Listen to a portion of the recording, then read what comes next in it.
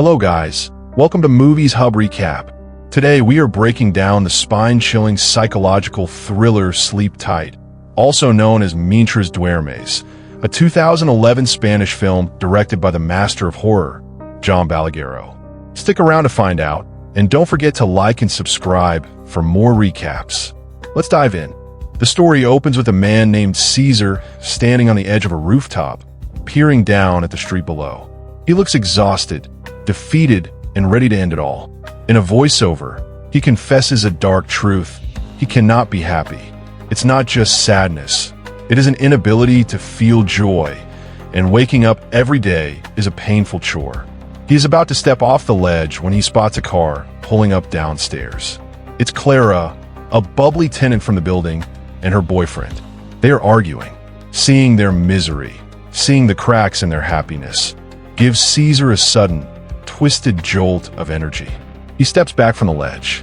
He won't jump today. Flashback to a few months earlier. We see Caesar waking up in a bed, but it's not his bed. Beside him lies Clara, fast asleep. He carefully slides out from under the sheets, careful not to wake her. He isn't her boyfriend. He isn't her lover. He is the building's concierge. Caesar moves with practiced silence.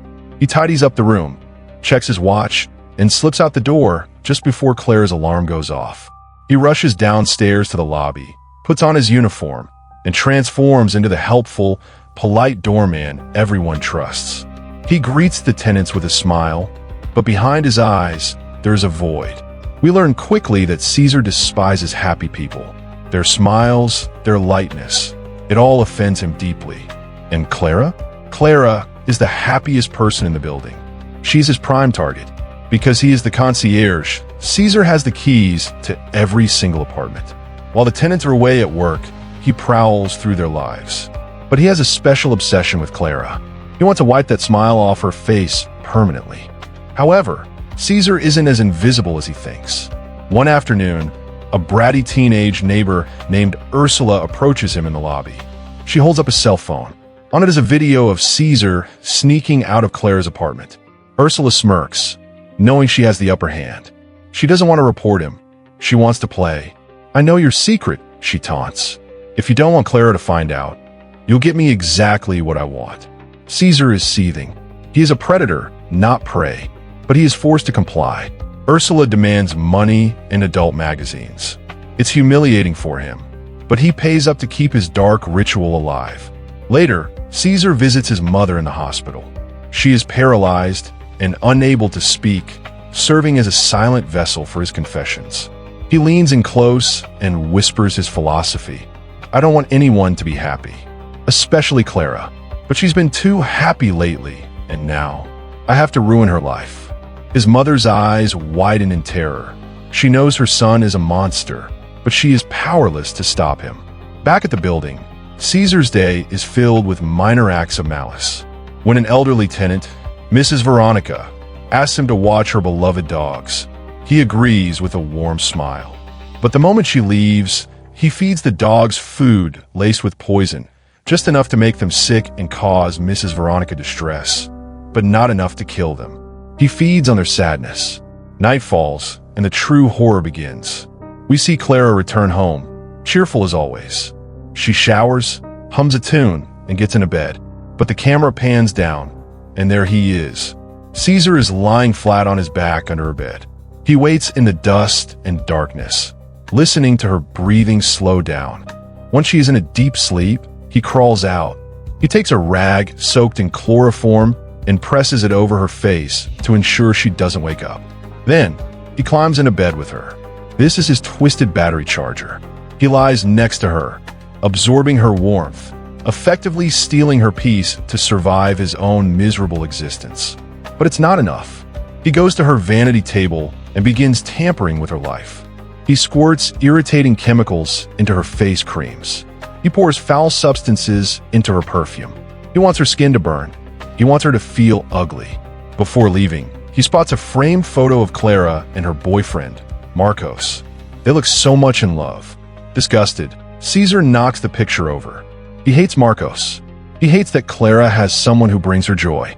The next morning, the effects begin to show. Clara rushes down to the lobby, scratching at her face. Her skin is red and irritated from the tainted cream. She stops at Caesar's desk, looking for sympathy. "I don't know what's happening to me," she complains. Caesar pretends to be concerned, but internally, he is thrilled. He leans in and says, "Maybe it's dress. Or maybe that dress just doesn't suit you today." It's a subtle dig, designed to chip away at her confidence. But Clara, being the eternal optimist, just laughs it off and heads to work. This infuriates Caesar. Why won't she break? Why is she still smiling? He ramps up his torment.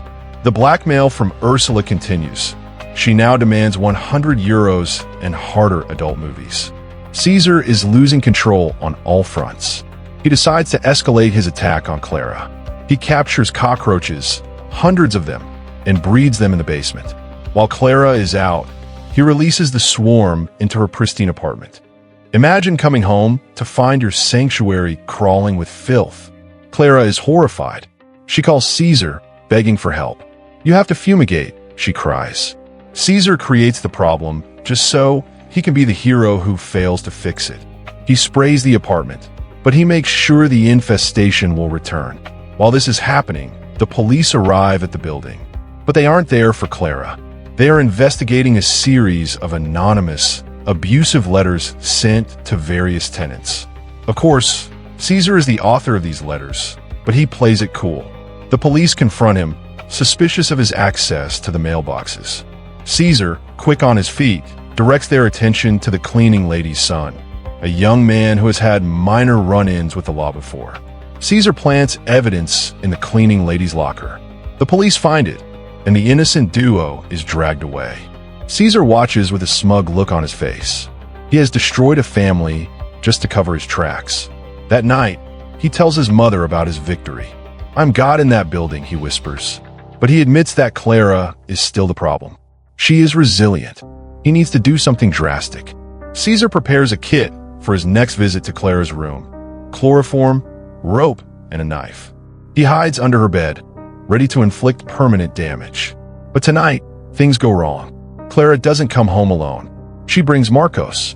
Caesar is trapped under the bed while the couple is intimate above him. The bed shakes violently, and in the chaos, the bottle of chloroform in Caesar's pocket uncorks and spills. The fumes begin to fill the small space under the bed. Caesar starts to get dizzy. He holds his breath, panic setting in. He is literally being gassed by his own weapon. He manages to roll out from under the bed while they are sleeping, gasping for air. He stumbles into the bathroom and passes out on the floor. Hours later, morning light streams in. Caesar wakes up in the bathtub. He is terrified. If they find him, it's over. He hears movement. Clara and Marcos are awake. They are both feeling groggy and sick from the lingering chloroform fumes in the air. Clara faints in the hallway. Marcos rushes to help her, but then he notices something, a duffel bag sticking out from under the bed. It was Caesar's bag. Marcos opens it and finds the creepy tools, the rope, the sedatives. He freezes. He hears a creak. Caesar tries to bolt for the front door. Marcos tackles him. "What are you doing here?" Caesar, thinking fast, puts on his best pathetic face. "I'm sorry. I left my bag here when I was fumigating yesterday. I came back to get it and saw you too. I was embarrassed to interrupt." It's a weak lie.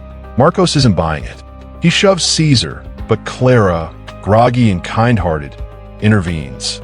"Let him go, Marcos," she murmurs. She trusts Caesar. She thinks he's a nice doorman. Caesar grabs his bag and flees, his heart pounding out his chest. That was too close. The walls are closing in. The building manager calls Caesar into the office. The police investigation and the complaints about his work performance have piled up. He is fired. He has 15 days to vacate the premises. Caesar is devastated, not because he lost the job, but because he will lose access to Clara.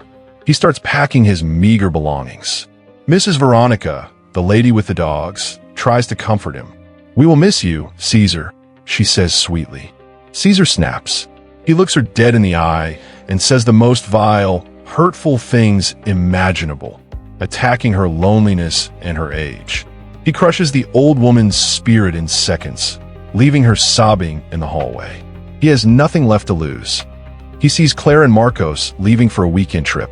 They look happy. Clara is glowing. Even after the bugs, the rashes, and the weird smell in the apartment, she is happy. Caesar realizes he has failed. He goes to the roof, returning to the scene from the very beginning of the movie. He stands on the ledge. He is ready to jump. He is ready to sleep tight forever. But then, he sees the car return. Clara runs into the building alone, tears streaming down her face. She is crying. She is miserable. Caesar steps back from the ledge. A slow, sinister smile spreads across his face. Trouble in paradise? If she is sad, he has a reason to live. Caesar rushes back to his post. He learns that Clara is pregnant. Marcos is panicked because they use protection. He doesn't understand how it happened. The stress is tearing them apart. Caesar is ecstatic. He knows something they don't. That night, Caesar resumes his ritual. He drugs Clara again.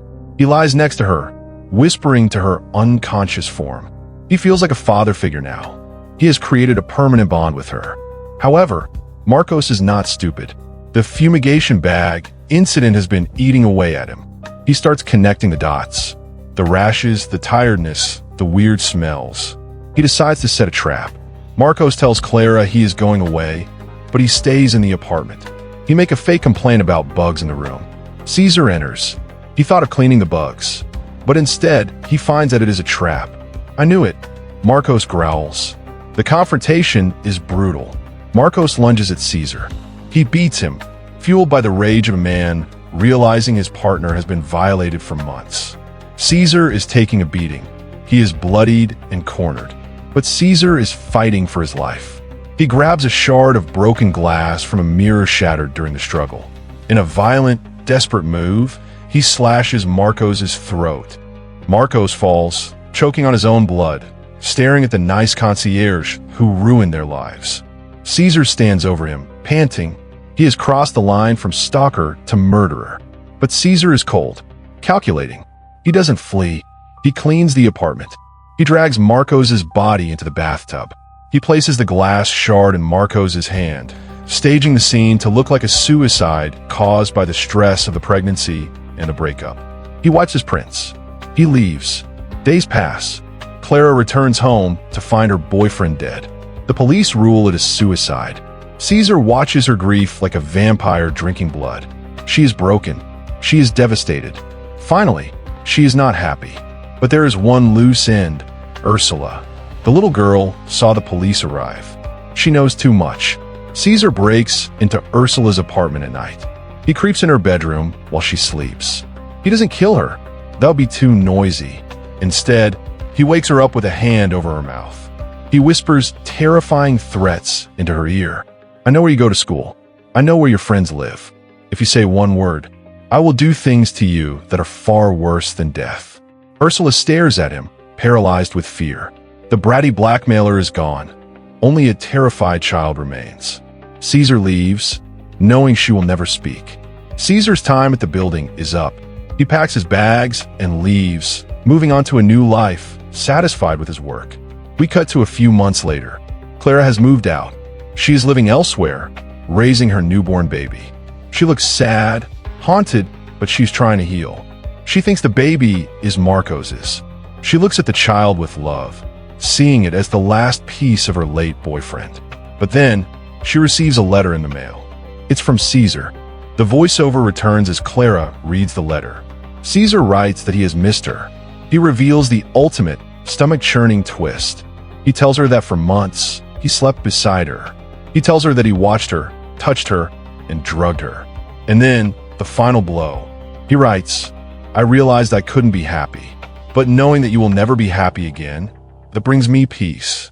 He reveals that the child isn't Marcos's. The child is his. He was the one who impregnated her while she was unconscious. Clara drops the letter, screaming in horror as she looks at the baby in her arms, the baby that has Caesar's eyes. The film ends with a shot of Caesar, somewhere new, finally smiling. He says, sleep tight, my love.